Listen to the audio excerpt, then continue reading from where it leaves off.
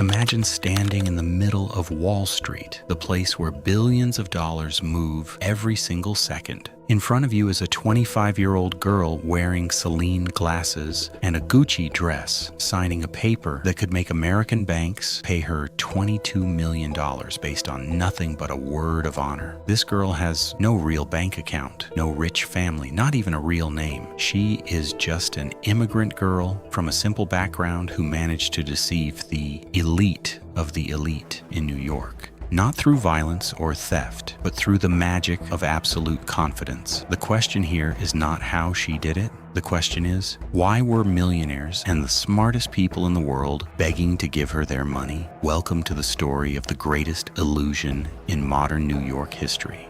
Our story doesn't begin in palaces, but in the suburbs of Moscow.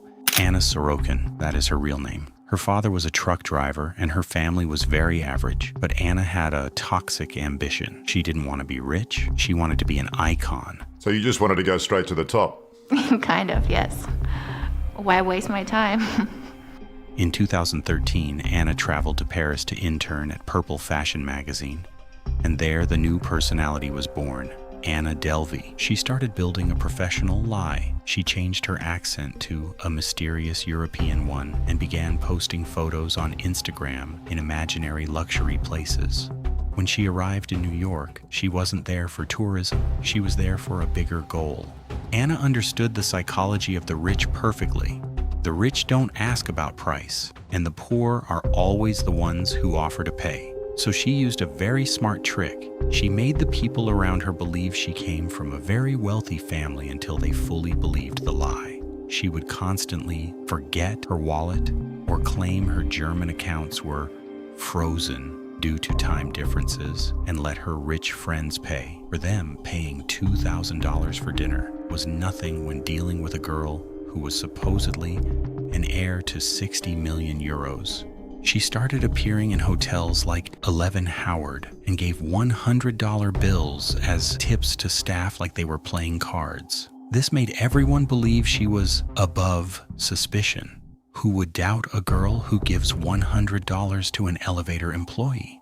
The ambition grew. Anna decided she needed a permanent place to immortalize her name, Anna Delvey Foundation, an elite private club in a historic building in Manhattan. To make this happen, she needed a $22 million loan. Here, Anna entered the danger zone. She started forging bank statements from fake European banks and meeting top lawyers and investors. The strange part is that she managed to convince Alan Ferris, a very famous lawyer, to help her. She spoke to him with such confidence that he personally pressured banks to speed up the loan for a brilliant investor. Anna was literally building a sandcastle, and the wind started to blow.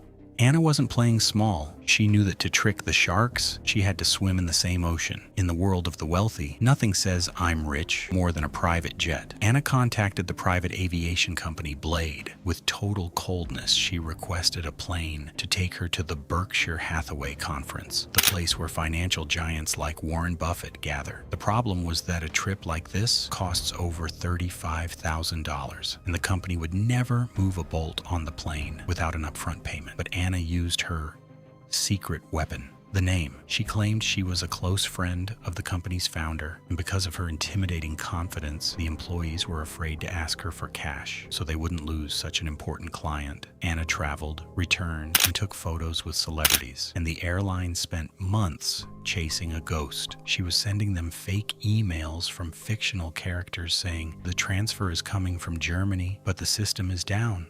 While the airline was searching for her, hotels began to suspect. The 11 Howard Hotel seized her clothes and bags because the bill reached $30,000 and there was no working card. Anna was trapped, but she had a magic key that opened all locked doors. The veteran lawyer, Alan Ferris. Alan, who was completely deceived by her brilliance, used his name and reputation to introduce her to City National Bank. Because of a word of honor from a top lawyer like him, the bank agreed to give her a temporary loan of $100,000 to tide her over until her European assets were released. With completely forged documents, she managed to take that $100,000. Very good con artist. I don't see myself as such. You don't think you've conned anybody? No. Instead of running away with it, she did something even stranger. She went and paid her old hotel debts and started spending the rest lavishly in new places. She wasn't stealing to survive, she was stealing to feed the big lie, the $22 million lie that Alan Ferris was fighting for. But the noose began to tighten. Fortress Bank, which Alan was pressuring for the big loan, started demanding real verification procedures. They asked to send representatives to Germany to meet her family and confirm the existence of the 60 million euros. Alan began to sense the strangeness of the situation. He asked to speak with her family's financial advisor, Peter Hennecke, to save herself. Anna started using voice-changing apps and acting out the role of Peter while speaking to Alan. But Alan noticed the voice sounded off. Here, Anna knew the game was over with Alan in the bank. Before the representatives could travel and discover that her father was a truck driver, she withdrew the loan application at the last moment. She accused Alan of incompetence, slammed the door behind her, and took what was left of the borrowed $100,000. Deciding to flee forward, she decided to take her friends on a trip to Marrakesh, a trip that would be the final nail in the coffin of Anna Delvey. Anna needed an exit, so she decided to flee to Marrakesh. She invited her friend Rachel for the trip of a lifetime at the La Mamounia Hotel, a place where one night costs as much as an apartment. Anna promised that everything was paid for, but the truth was, she was dragging Rachel to a financial slaughterhouse. When the bill reached $62,000 and the bank rejected Anna's cards, the mask fell. Anna used her tears for the first time, convincing Rachel to put down her work credit card, just as a temporary guarantee. Rachel believed her, and it was the biggest mistake of her life. Anna spent the rest of the trip enjoying luxury with the money of her friend, who was having a nervous breakdown. She returned to New York and left Rachel in debt for an amount greater than her entire annual salary. Anna wasn't just conning banks anymore, she was stealing the lives of the people closest to her. When she asked Anna to repay it, all she received were excuses. She was in constant contact with a variety of excuses before I could even ask what was going on. Anna thought she was still in control, but her friend Rachel was preparing the final surprise. In a cinematic sting operation, Rachel invited Anna to lunch in Los Angeles. Anna went with a smile on her face, thinking another victim was on the way. But instead, she found herself surrounded by detectives. Anna Sorokin, you are under arrest. Of 28-year-old Anna Sorokin, prosecutors say that the Russian native portrayed herself as a wealthy German heiress in order to bilk friends, banks, and hotels out of money. She is on trial for grand larceny and theft. Authorities say she owes nearly $300,000.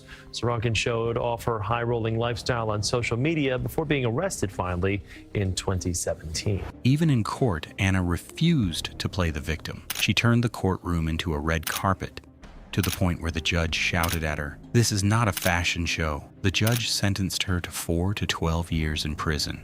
And everyone thought that this was the final word in the Anna Delvey story. But what the world didn't understand was that Anna saw prison as just a new office to run her business. Prison wasn't a punishment, it was the birth of the legend, con artist of the modern era.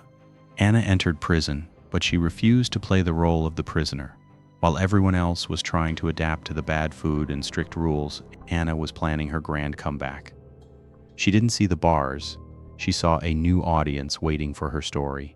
Anna started drawing. She drew herself wearing global brands behind bars. These drawings weren't just a hobby. They were a new business. She began selling these sketches for thousands of dollars to investors outside the prison, accumulating a fortune while incarcerated. In a stroke of genius, she signed a deal with Netflix for $320,000 while still in her cell. Anna used this money to pay off her fines and court-ordered restitutions, effectively cleansing her legal status before even finishing half of her sentence.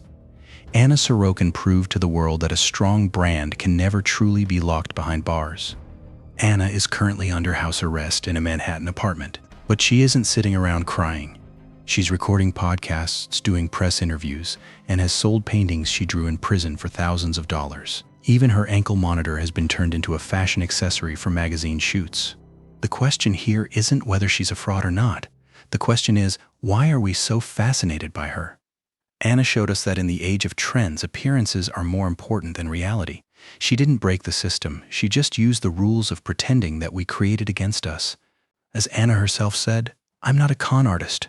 I was building a business just in my own way."